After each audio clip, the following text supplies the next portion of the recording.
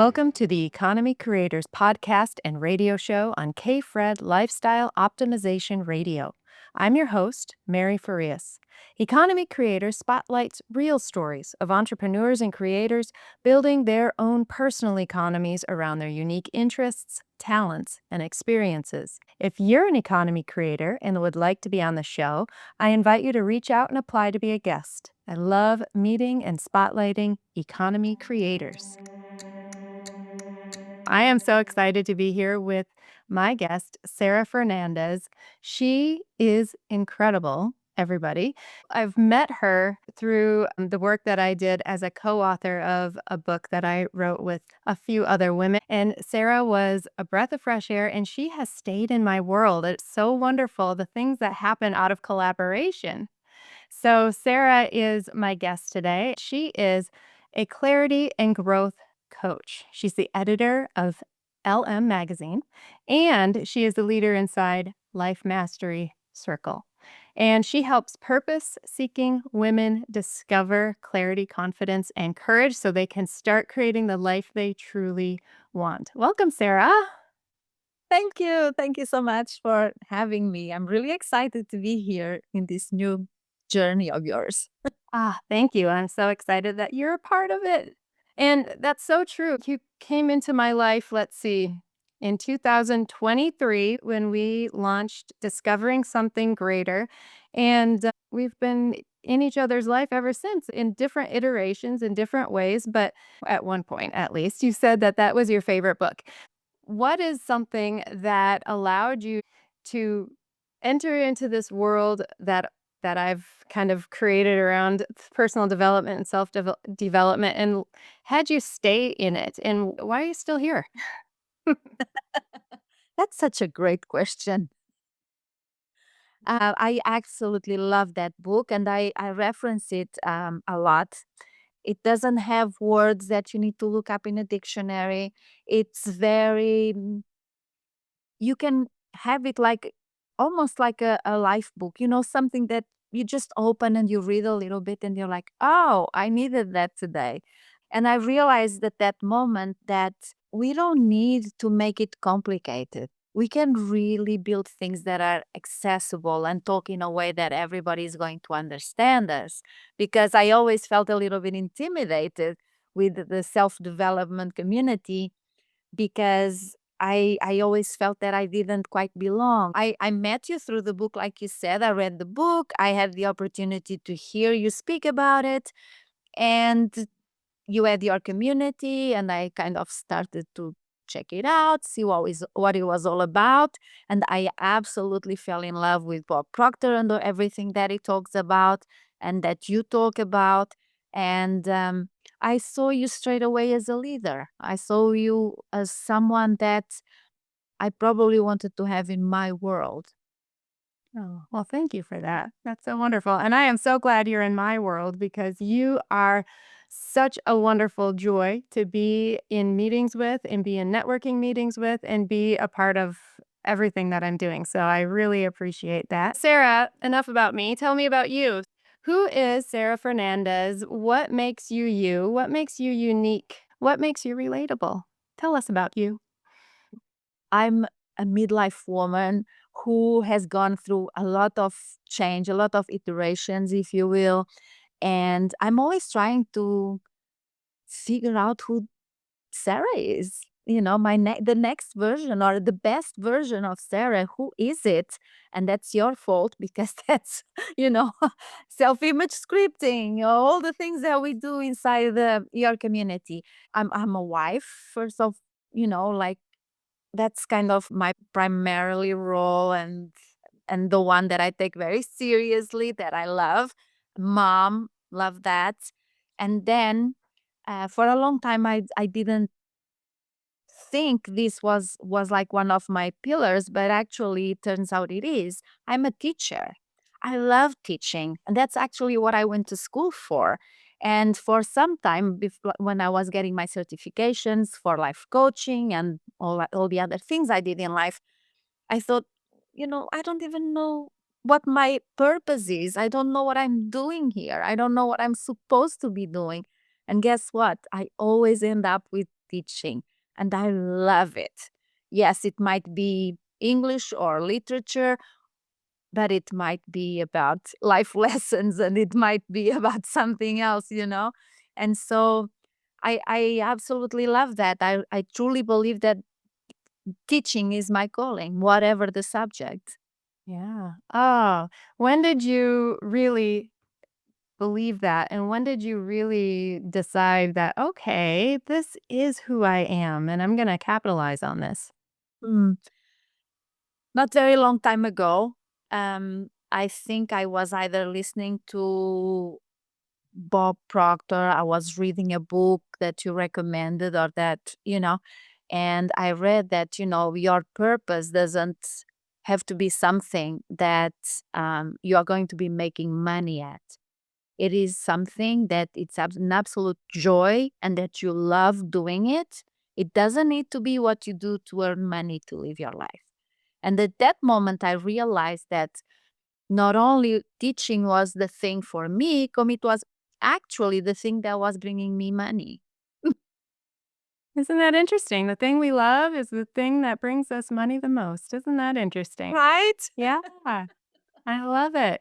Well, that sounds like it's rooted in universal law to me. There you go. So, Sarah, tell me a little bit about your economy. What do you have going on inside of your economy now that you know that teaching is really the center piece of who you are? What are you building around it? A lot. And everything that came to fruition last year. And I was always thinking before I realized that teaching was really what I love doing and is really what I'm very passionate about. I was trying to figure out, should I coach? Shouldn't I coach? I don't feel like it's it wasn't the first thing I would have chosen. I mean, I liked the idea, but then it wasn't at all what I thought it would be. Mhm. And I loved what I learned doing this, going through the certifications and all of the things, but it wasn't really what I thought it would be, right? And so last year I thought, well, I'm going to start a magazine. Well, 2 years ago, actually, I'm going to start a magazine and we're going to see where that goes. And very quickly, I started with an idea, but it grew and it transformed, and it's not what I thought it would be. It's so much better, so much more wonderful. I get to meet a lot of people. I get to talk to amazing people. I get to know amazing people that are showing up, that are doing something, that are following their purpose, that are looking for it at least, right? And it's so inspiring to hear all those stories. And so I have my magazine. And then from there, I started a membership called Life Mastery Circle because I truly believe that life mastery requires a conscious attention to four essential pillars in our life, which is livelihood, inner growth, financial harmony, and environment and implementation. And so inside, that's what we talk about.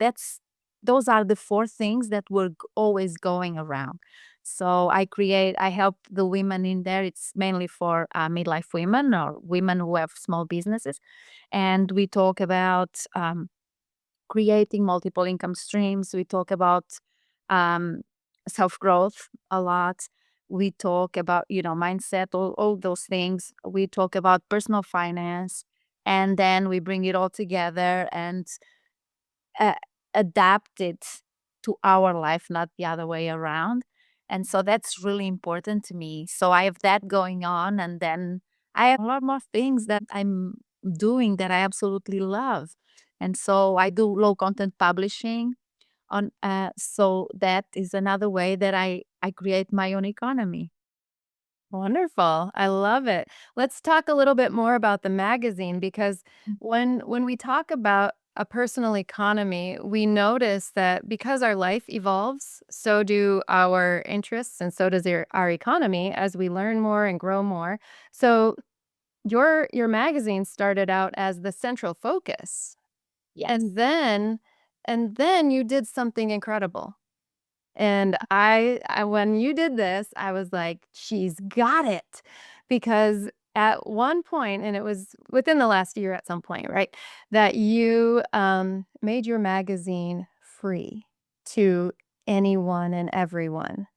And what that did was signal to me that you understood the law of circulation and the law of cause and effect, and that you were on another level because that was incredible that I saw that and I thought, you know what? This is the beginning of it for Sarah. She is going to take off. And all you did was take off from there. What caused you to make that decision and to kind of change the trajectory of your economy?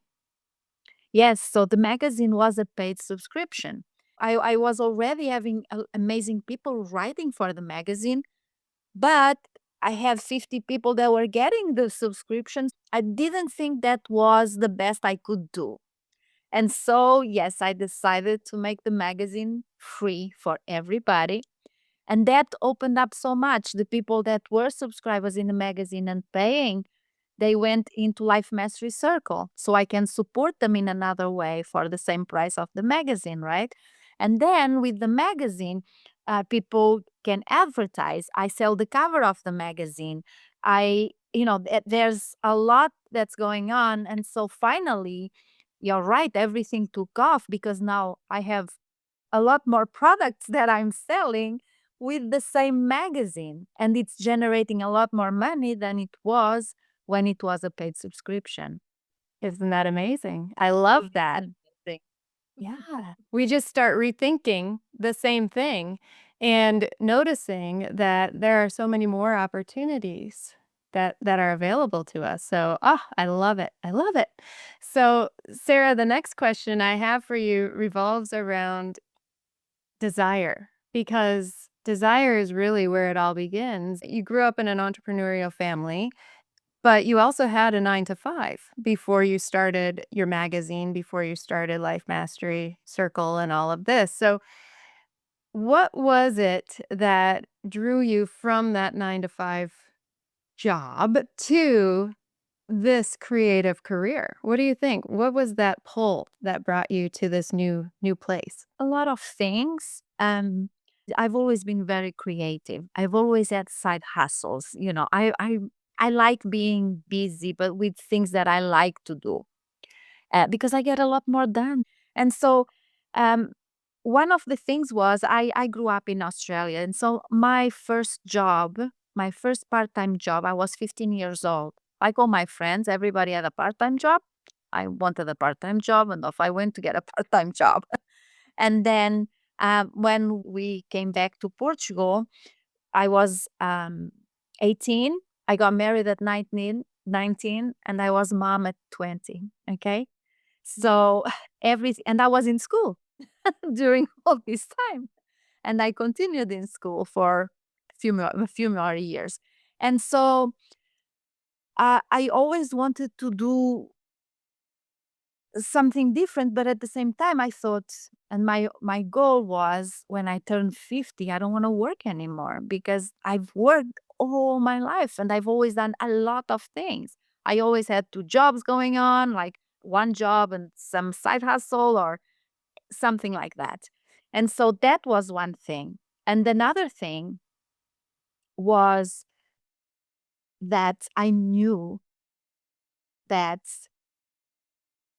I could make whatever money I wanted if I had my time, because just if you work, 20 hours a week, you're going to be paid for 20 hours a week. And I started to get a little resentful as well because I wanted to get out of that because I don't know, I wasn't creative. I didn't like what I was doing. It was a very complicated time.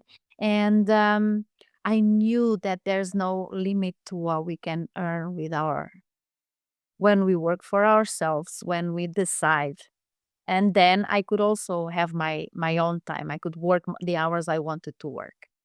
And part of the growth that we have to assume is changing beliefs about ourselves and about money and about jobs and about the traditional economy and the way that we were brought up. So, let's talk about those things that you had to shed in order to grow. Are there some beliefs that you had to get rid of before you could step into this version of you now with this new economy swirling around you? Absolutely, and I'm not done.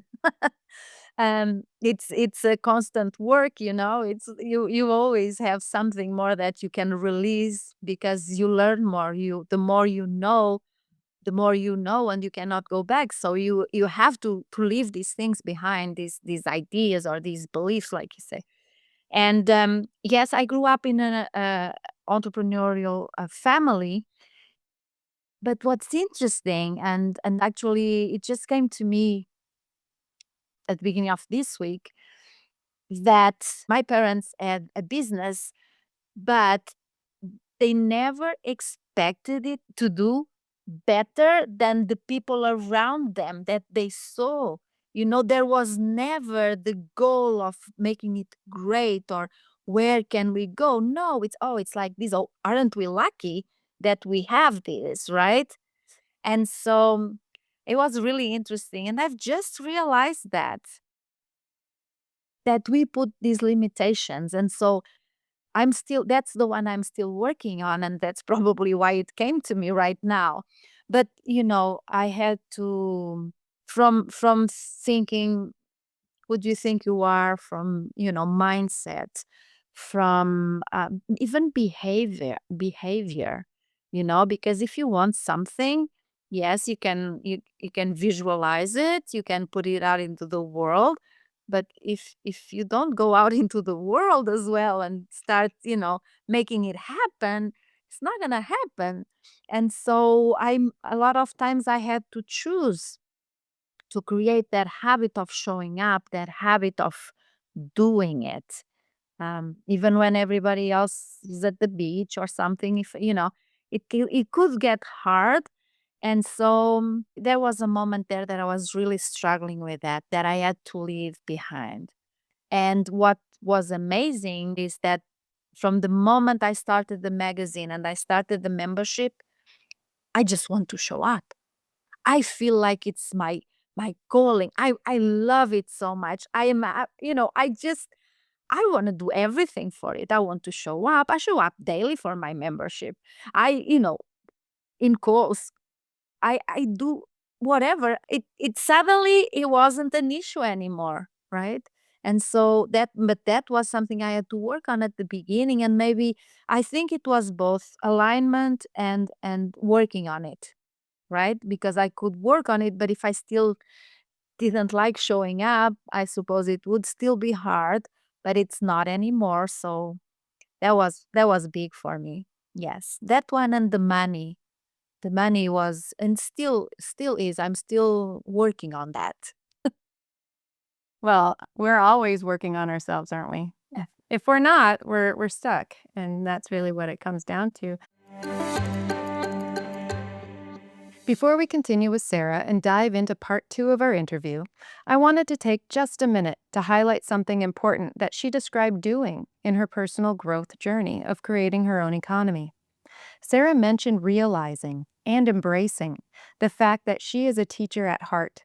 She said that no matter what the subject, she finds that what lights her up is teaching. This is key. One of the things I love for my clients to do to help them on their personal and professional growth journey is to look back and recognize the thread that shows up for them no matter what stage of life they're in. For Sarah, it is teaching. For me, it is leading by example. In looking back at my own life, whether I was in school, as a parent, in the gym as a gymnast or coach, and now as a personal and professional development consultant, leading by example has always been my thread. I encourage you to look back on your life, all the phases of it, and reflect on what that thread is for you. What is it that has been a mainstay of who you are at your core throughout your life? Identifying this piece is key to moving forward with confidence and authenticity as you create your own economy. Now let's move on to part two of our interview with Sara Fernandes. If we're not continuously studying and applying, then we're not growing. So there are some people who probably want to move but are stuck. You touched on the idea of being able to move forward and continue to grow. So, what are some things that you have found that allow you to continue to grow? Because you said that you just noticed and uncovered this about your family, the past, just recently, this week, in fact. How do you show up before you feel like you're ready necessarily? How did you change that about yourself? I'm not the perfectionist. Let's just go there. I, I used to say that my superpower was talking myself out of doing things. And so I just decided I was going to show up no matter what. That was the first one. And then it really changed when I joined Magnet 30, your community, with the challenges and everything, and the mindset work. That was very, very, very important to me. And later on, I went on to thinking into results, and I've been doing it. And it's taken me a while for me to show up completely. And the weeks that I do, I mean, it's just there's no comparison to the weeks that I don't. You know, I do a lot of the work. I listen to a lot of books on self development or self growth. I read a lot, and I'm also I make it a point to be around people that think like that because it's very easy to hang around people that don't do it, and then they you even start feeling a little bit different or bad because you do it and nobody else seems to be doing it, and you're kind of the weird one. And it's okay to be weird, nothing wrong with that. And so I think that I mean, from the day that I read Discovering Something Greater, until I joined the art community and until now, oh my gosh, I don't even recognize myself sometimes. I've grown so much, so much. My life has changed in ways that I could not even see coming. I've done things just because I wrote them down in a on a paper, and because my mind was I was obsessed with that. So yeah, so I think that's kind of what I do personally. I study every day. I read, I listen, I I show up for myself, which I didn't do before. And uh, there's a lot of talk about self-care, and for me that is self-care. I feel very supported. So that is a very good thing. Was there a point that was a turning point for you? Up until this point, things were hard and things were difficult and you felt stuck. And then when you hit that point, you changed. Is there a cut and dry spot in your life or was it a slow progression? When I joined Magnet Therapy, I was taking medicine for my anxiety. I couldn't breathe. Sometimes when I get in my comfort zone, it's very comfortable, and then it starts to get very, very, very uncomfortable. I had a lot of pain in my body, physical pain. And since I started doing this work, since I started to learn about the laws, since I started to learn, I learn about myself all the time. And I started paying attention. And I have not taken anything for anxiety for a year now, maybe. It's been life changing for me. It absolutely has been. When we have big goals, because you have big goals, desires turn into goals. And then we have these things paradigms that Bob Proctor calls them, holding us back and telling us, "We can't do that. Who am I to do that?" We need to shift how we see ourselves, yeah? Yeah, so what kinda shifts did you make? You say you showed up differently and you showed up for yourself, but what was the internal dialogue that had to change for you in order to be the person who shows up? Because we can say, "I'm showing up," and it lasts for, a day, 2 days, a week, maybe even a month, New Year's resolutions, we end up ditching halfway through January. What were the shifts that you made in this internal dialogue of yours, and how did that happen for you? Because you've made huge changes. Your life has changed, and how you see yourself has changed. So what were those shifts that you made? I decided that I needed to like people. That's a big one for me. I would not network ever. I would not reach out to people and get on a call with someone just because I saw them. I think we have something in common. I see a collaboration happening. I would not do it. And so now I do. I love a lot of the things that Bob Proctor teaches, like how can I, instead of asking, oh, why is this not going to happen? No, how can I make this happen? So I like that. And I have these little reminders. And also the fact that I make it a point of being in places where there are like minded people, that helps because I get inspired. I see you, and one of the reasons that I was so happy that I could be in your community is that you lead by example, and that's how I want to be. And for that, I need to set the example, right? If I don't set the example, if I don't do it, who am I to tell anybody that they should be doing it, right? Or that they can do it? I put it in my calendar and I don't let myself think about it.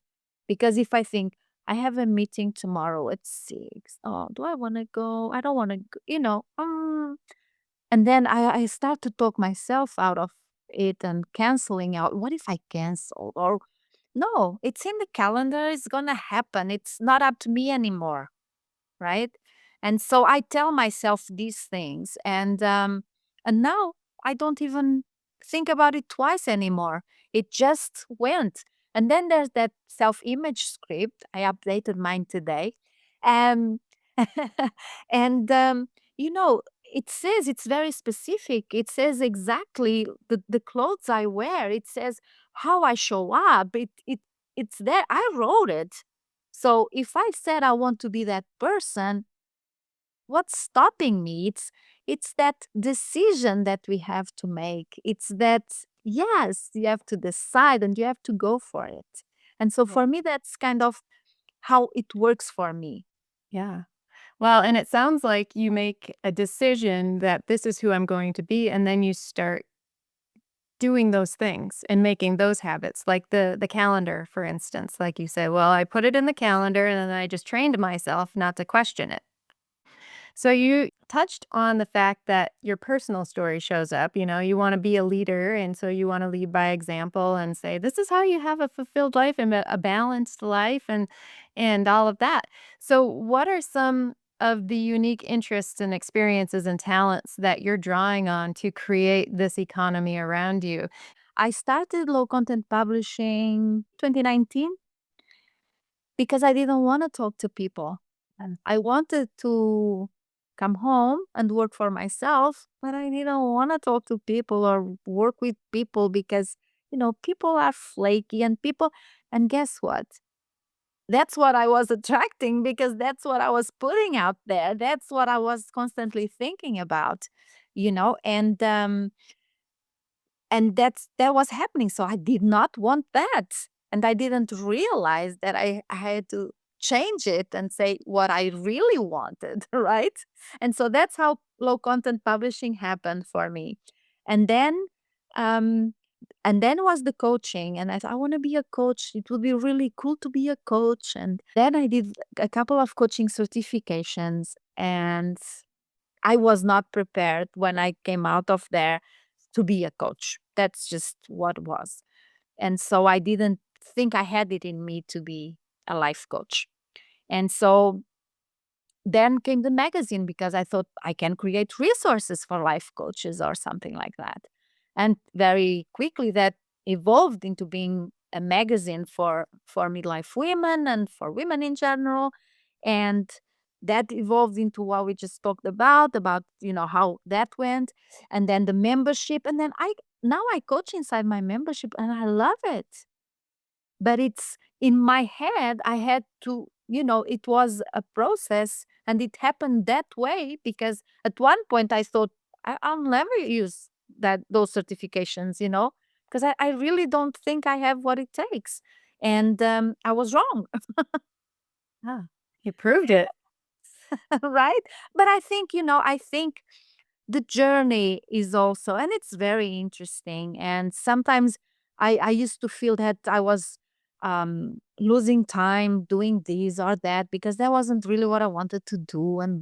But I was kind of stuck there. I don't know what it was, but no, actually I learned a lot, no matter what, even if it was the wrong decision.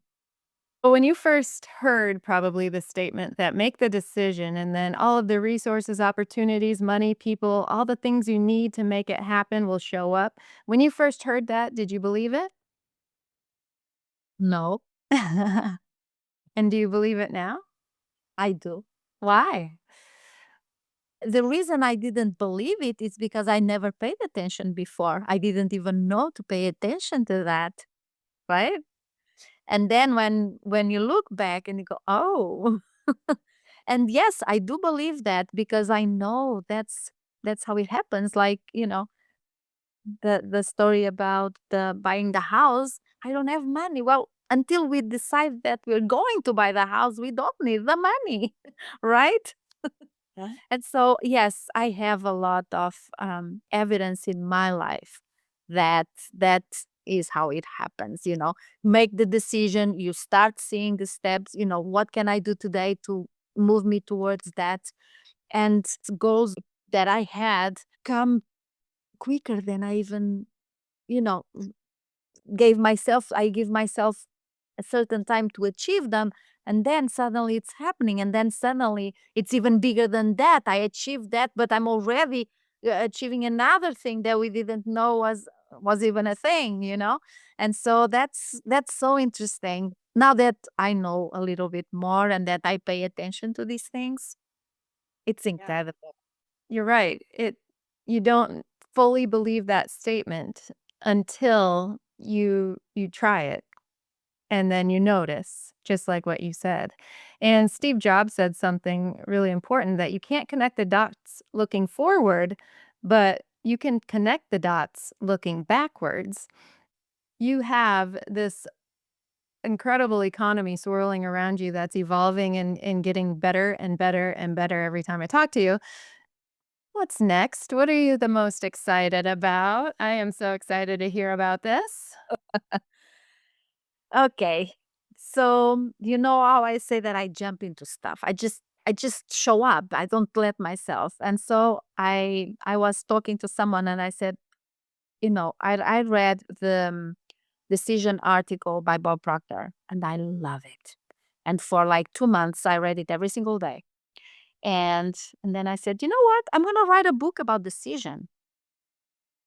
And then somebody asked me about it. I'm writing a book about decision. So guess what? I'm writing a book about decision and I'm so excited. I think it's spectacular. So, what are you learning about this whole decision process? What is something that you want to share with people? Why decision? Because there's a lot of things, but mainly because I'm in a lot of rooms inside my membership, networking calls, connection calls, just meeting people and seeing how I can support them, how I can be of service. And there's a lot of people that the word that comes first when we start saying, say, hi, what's going on? Oh, I'm stuck and I'm overwhelmed. Those are two things that everybody has. If it's not in their business, it's in their personal life or it's whatever. There's one area that people are just overwhelmed and stuck. Well, just make the decision. Because we're like that, not because we're making bad decisions, because we're not deciding at all. And so we're not moving, we're just there. And I keep telling people this, and they think I'm kidding. I'm not. It's true. I know that for myself because sometimes I'm an example. Uh, what's for dinner? What's for dinner? I'm like, oh, nobody wants to decide what's for dinner. Soup is for dinner. Oh, but well, I asked. Nobody wants to make a decision. I decided this is what we're gonna have. It's fine. We are afraid of making the wrong decision. But isn't it worse not to make a decision and just stay there in limbo? Like, I don't know. At least you make a decision. It's the wrong decision. Well, I bet it's not set in stone and you can move it. You can pivot, you can make another decision. That I mean, for me, it's just one of those things that is so simple that we don't even think about it. Yep. Yeah. And we're not taught how to make decisions. We're taught to weigh the pros and cons and just sit on it for a long time. We're taught the opposite, aren't we?